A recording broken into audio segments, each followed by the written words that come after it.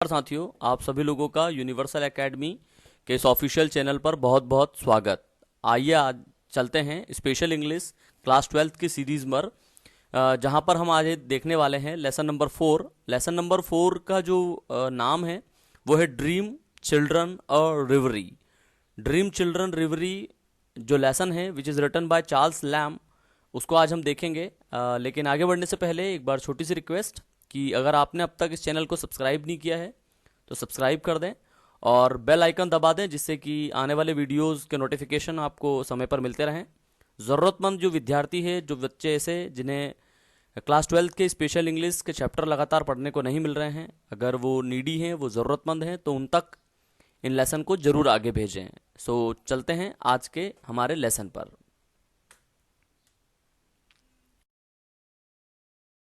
रिवरी, dream children और रिवरी का मतलब होता है रिवरी का मतलब होता है दिवा स्वप्न, मतलब ऐसे सपने जो हम दिन में देखते हैं, ऐसे सारे सपने जो दिन में देखते हैं। ये लेसन जो है वो लिखा गया है चार्ल्स लैम्ब के द्वारा। चार्ल्स लैम्ब का अगर लाइफ स्पैन की बात करें so it starts from 1775 to 1834। Charles Lamb के बारे में थोड़ी सी बात करते हैं कि चार्ल्स लैम्ब जो है वो अंग्रेजी के जो निबंध हैं, जो इंग्लिश के एसेज हैं, उनके प्रिंस कहे जाते हैं। चार्ल्स को इंग्लिश एसे का प्रिंस कहा जाता है। और चार्ल्स लैम्ब के बारे में एक और बात है कि वो ईस्ट इंडिया कंपनी के वर्कर की तरह भी काम कर चुके हैं। इसके बाद इस पूरे लेसन के अंदर चार्ल्स लैम्ब की पूरी एक ही बात है कि वो पूरे समय एक फैमिली चाहते हैं, एक ऐसी फैमिली जिसमें एक बच्चा हो, एक बच्ची हो और उनकी एक सुंदर सी पत्नी हो। ये चाहत चार्ल्स लैम्ब की इस पूरे लेसन में दिखाई गई है। चलते हैं इस लेसन की समरी पर। लेसन ड्रीम चिल्ड्रन और रिवरी को समझने से पहले हम लोग सबसे पहले इस बात को समझ लेते हैं कि ये जो चार्ल्स लैम्ब का परिवार है उसमें कौन कौन लोग हैं और उनका क्या क्या रोल है। सबसे पहले हम बात करते हैं चार्ल्स लैम्ब। ये जो हमारे पोएट हैं वो हैं चार्ल्स लैम्ब, और ये ग्रैंड मदर फील्ड हैं जो उनकी दादी हैं। एलिस द डॉटर, ये डॉटर हैं, ये कौन की हैं? चार्ल्स लैम्ब की डॉटर हैं। एलिस द मदर, ये मदर एलिस की माँ का नाम भी एलिस ही है और ये चार्ल्स लैम्ब की बीबी हैं, है ना। एलिस द मदर जिसका लिखा हुआ है वो चार्ल्स लैम्ब की बीबी हैं, और एलिस नाम की जो डॉटर है उसकी, और जॉन नाम का जो लड़का है, उन दोनों की माँ है। Alice the mother, John brother, ये जो है जॉन, ये ब्रदर हैं कौन के? चार्ल्स लैम्ब के। ये पूरी स्टोरी है। वास्तव में ऐसा हुआ है कि जॉन और एलिस दो ही नाम थे केवल, उन दोनों नाम को रखा गया है उनके बच्चों के लिए। सन को भी जॉन नाम दे दिया गया है जो कि उनके बड़े भाई का नाम था, और एलिस नाम दे दिया गया है उनका जो उनकी पत्नी का नाम था, है ना। मतलब उनकी माँ का नाम और बेटी का नाम एक जैसा है। और इन दोनों के बीच एक और चीज़ है कि इनकी जो आंखें हैं और जो हेयर्स हैं ब्राउन, वो दोनों लगभग सेम है। There is a similarity between eyes and hairs, हाँ, इतना भी है। और ये उनकी ग्रैंड मदर है। तो चलो चलते हैं आगे के लेसन पर और वहां समझते हैं कि किस बारे में क्या क्या स्टोरी में कहा गया है।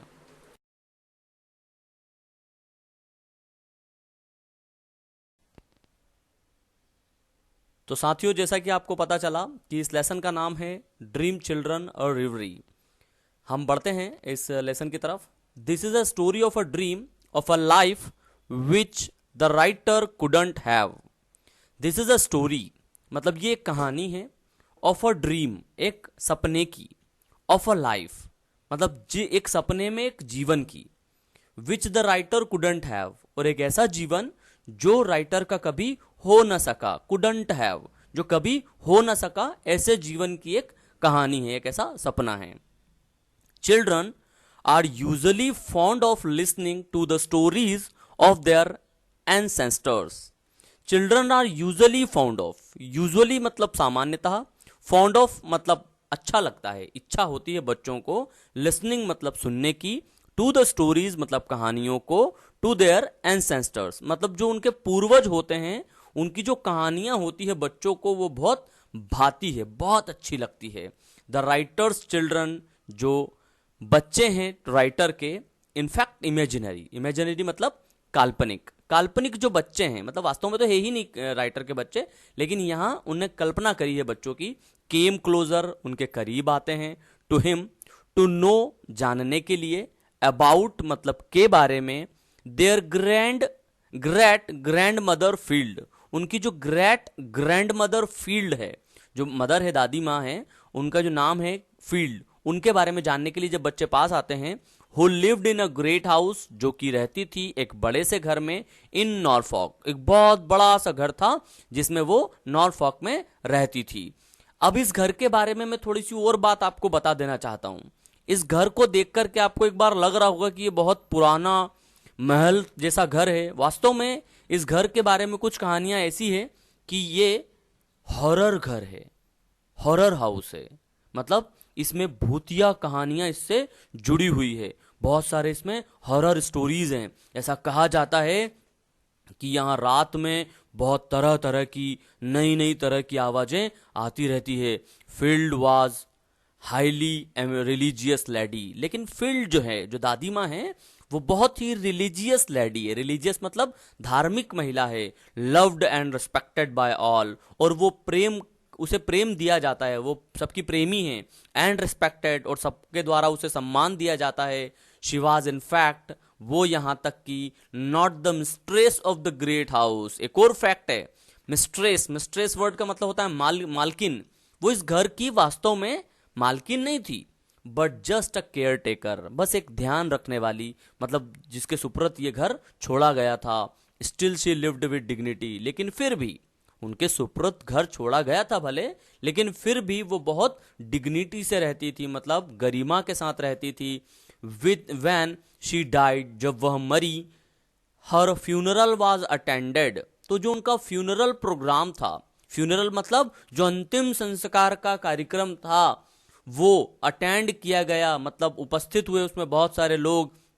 Bye a concourse of all the poor and some of the gentry too, कुछ तो गरीब लोग इकट्ठा हुए और कुछ जेंटलमैन लोग इकट्ठा हुए, कुछ जेंटरी लोग इकट्ठा हुए। Of the neighbourhood, they came from many miles, और वो बहुत मीलों से आए थे। टू शो देयर रिस्पेक्ट, काहे के लिए आए थे? टू शो देयर रिस्पेक्ट, वो अपना सम्मान दिखाने के लिए। इन हर मेमोरी, उनकी याद में, इसलिए वो यहाँ आए थे। उनके जो फ्यूनरल प्रोग्राम है, इसलिए उन्होंने अटेंड किया था।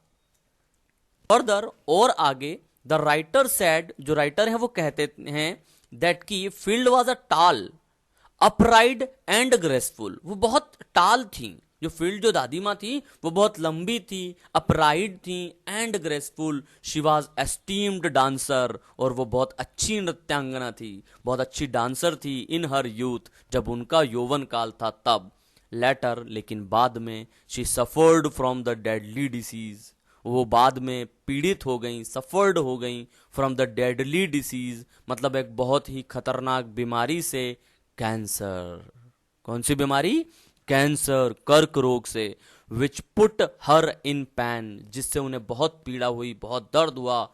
बट, लेकिन शी वाज स्टिल अपराइड, लेकिन वो फिर भी कैसी थी? अपराइड थी। As she was so good and religious, क्योंकि वो बहुत अच्छी थी और रिलीजियस थी। जब आदमी धर्म से जुड़ जाता है, जब आदमी रिलीजियस हो जाता है, तो कहीं ना कहीं उसे पॉजिटिव एनर्जीज मिलती रहती हैं। भले वो कैंसर से पीड़ित थी, भाई दुख में ईश्वर को याद किया जाता है, बहुत सारे लोग ईश्वर को याद करते हैं दुख में। तो जब आदमी रिलीजियस होता है तो उसे पीड़ा का एहसास कम होता है। Field used to sleep by herself in a lone chamber of the great house, Field अकेली सोया करती थी, पूरे बड़े से घर में अकेली सोया करती थी। जबकि मैंने तुमको क्या बताया कि वो पूरा जो बड़ा सा घर है, वो तो वास्तव में हॉरर हाउस था। शी यूजुअली बिलीव्ड, वो ऐसा विश्वास करती थी कि two infant used to glide up and down the great staircase near where she slept during midnight. वो क्या सोचती थी, वो उसको क्या विश्वास था कि जब मिडनाइट होती है, जब आधी रात होती है, तो दो छोटे छोटे बच्चे ऊपर से आते हैं, वो नीचे पेड़ियों से उतरते हैं और ऊपर चढ़ते हैं बार बार। और वहीं पर जो फील्ड है, जो ग्रैंड मदर फील्ड है, वो रात में सोई रहती है। द राइटर वाज स्कैर्ड, जो राइटर हैं, जो चार्ल्स लैम्ब है, वो डर जाते हैं। फॉर ही नेवर सा एनी इन्फेंट, क्योंकि उनने तो कभी किन्हीं बच्चों को देखा नहीं, तो वो ऐसा सुन के डर जाते थे। हावेवर, लेकिन फिर भी field was always very good, लेकिन फील्ड फिर भी हमेशा खुश रहती थी, हमेशा अच्छी रहती थी। To all her grandchildren, अपने जो बच्चे थे उनके साथ बहुत मस्ती करती थी, बहुत मजाक करती थी। Field was always very good to all her grandchildren, she like to have all the children with her in the house during holiday. और जब हॉलीडे होता था, जब छुट्टियां होती थी, तो सभी ग्रैंड चिल्ड्रन जो है वो दादी के साथ आते थे और खूब मजा लेते थे, खूब मस्ती करते थे। The writer enjoyed his loneliness even there. और यहां तक कि जब राइटर अकेला होता था तब भी वो अपनी लोनलीनेस को एंजॉय करता था। She was always alone in himself, वो अपने आप में तो जीवन भर से अकेला रहा। इवन देयर, यहां तक कि there is the house, they are in the house of the grandmother, हालांकि वो ग्रैंड मदर के घर में रहा, लेकिन फिर भी वो बहुत अकेला महसूस करता था, अपने आप को बहुत अकेला समझता था। आगे लिखा है कि then the writer told John and Alice. अब जॉन दो लोगों के बारे में बात करता है। राइटर जो है वो दो लोगों के बारे में बात करता है, जॉन और एलिस। जॉन कौन है? जॉन है राइटर का लड़का और एलिस है राइटर की लड़की।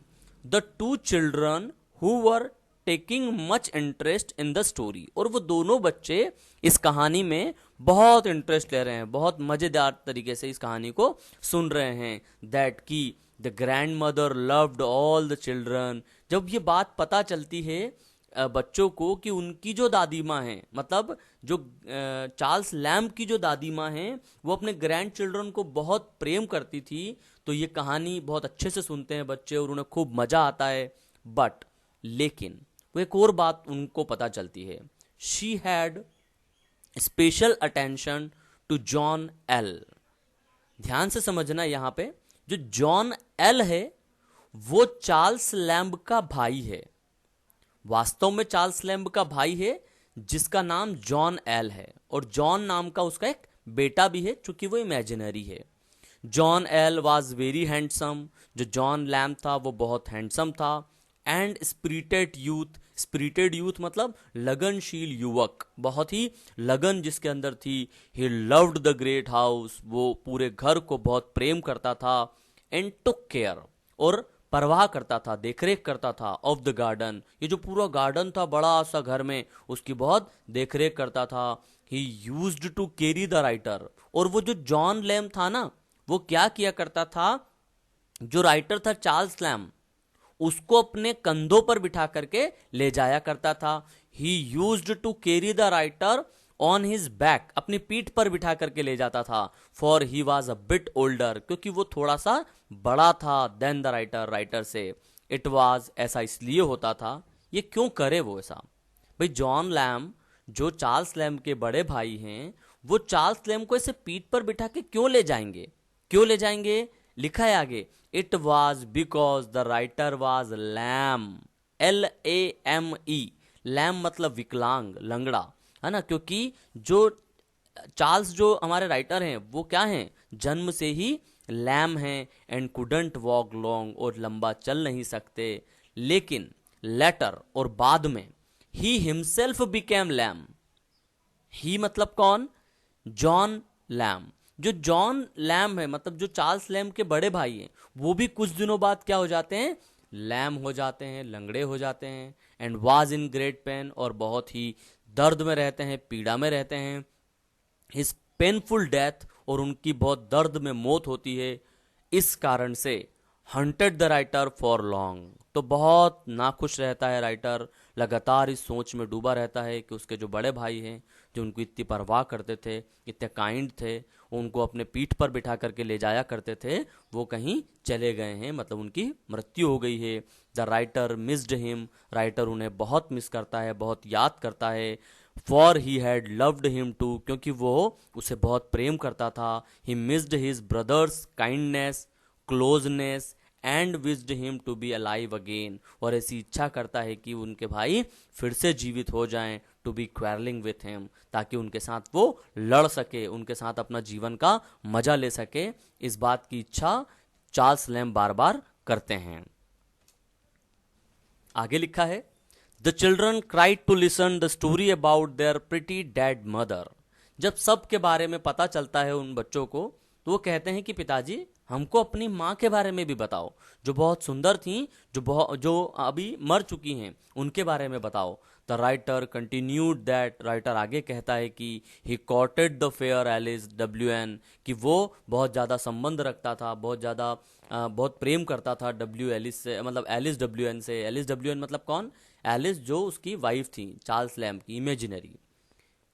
वैन, लेकिन जब वो बताता है, ही explained how she was denied of the marriage, कि किस प्रकार उनकी माँ, मतलब जो चार्ल्स लैम्ब हैं, उनका अपने यौवन काल में एक लड़की के साथ डिसअपॉइंटिंग लव अफेयर रहा।